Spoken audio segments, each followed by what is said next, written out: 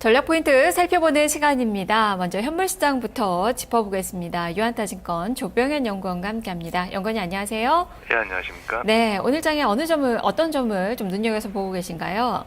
아무래도 오늘 관심사는 오늘 저녁에 있을 22 통화정책회의인 것 같고요.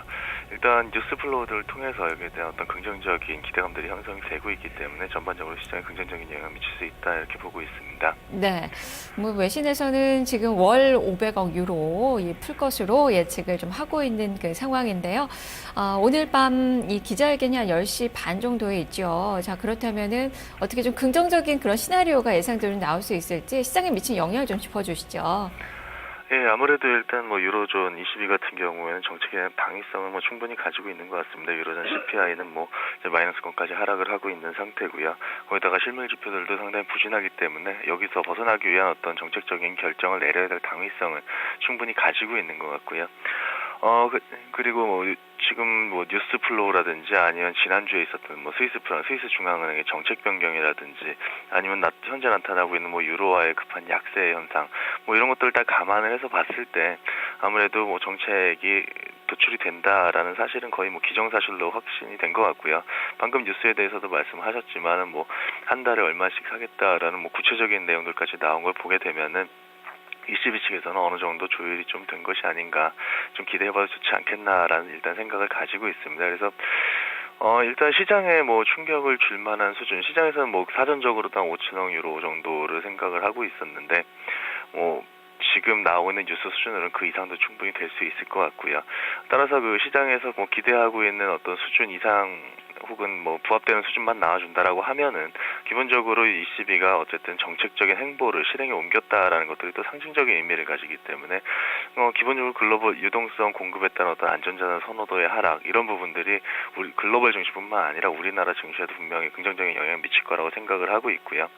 사실 과거 같은 경우에 이렇게 ECB가 유동성을 공급했던 경우가 2011년 말 그리고 2012년 초까지 진행했었던 LTRO라는 게 있었는데요. 이 당시에 유로존에서 한 ECB가 한 1조 유로 가까운 어떤 자금들을 시중에 공급했던 경험이 있습니다. 그 당시에 글로벌 증시나 아니면 국내 증시 흐름을 보더라도 외국인 자금들 그리고 증시로의 어떤 자금 유입과 관련해서 상당히 긍정적인 모습들이 나타났었습니다. 그래서 이번 같은 경우도 지금 글로벌 금융시장의 어떤 위험 자산에 대한 회피 심리 같은 것들이 상당히 높아진 상태인데 ECB의 통화 정책을 통해 가지고 이런 부분들이 완화되면서 국내 증시로의 어떤 외국인들 자금 유입 이런 것들을 기대를 해볼 수가 있다 이렇게 보고 있습니다. 네.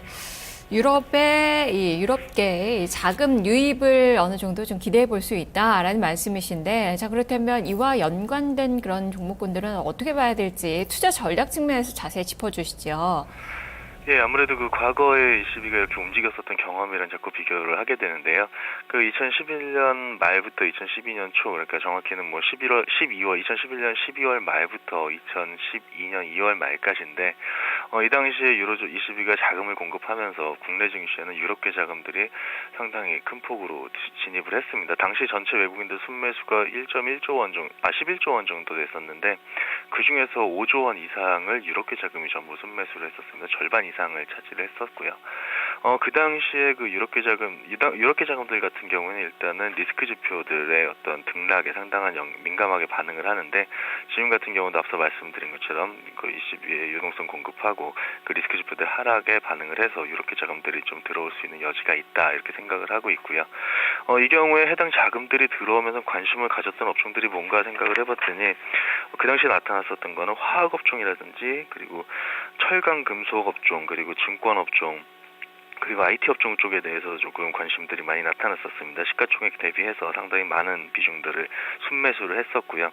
당시에 이런 업종들 같은 경우에는 저희 증시의 평균 수익률 이상의 어떤 긍정적인 퍼포먼스를 실제로 보여줬었습니다. 그리고 아까부터 리스크 지표의 하락, 안전자산 선호도의 하락에 대해서 말씀을 드리고 있는데 방금 말씀드린 화학이라든지 증권, 철강 그리고 IT 업종들 같은 경우에는 리스크 지표의 하락 구간에서 상당히 긍정적인 퍼포먼스를 보여주는 그런 대표적인 업종들 중에 하나이기 때문에 방금 말씀드린 업종들에 대해서는 관심을 좀 가져볼 필요가 있다라고 보고 있습니다. 네, 알겠습니다. 말씀 잘 들었습니다. 예, 감사합니다. 네, 지금까지 유한타증권 조병현 연구원과 함께 오늘 장에 대한 전략 짚어봤고요.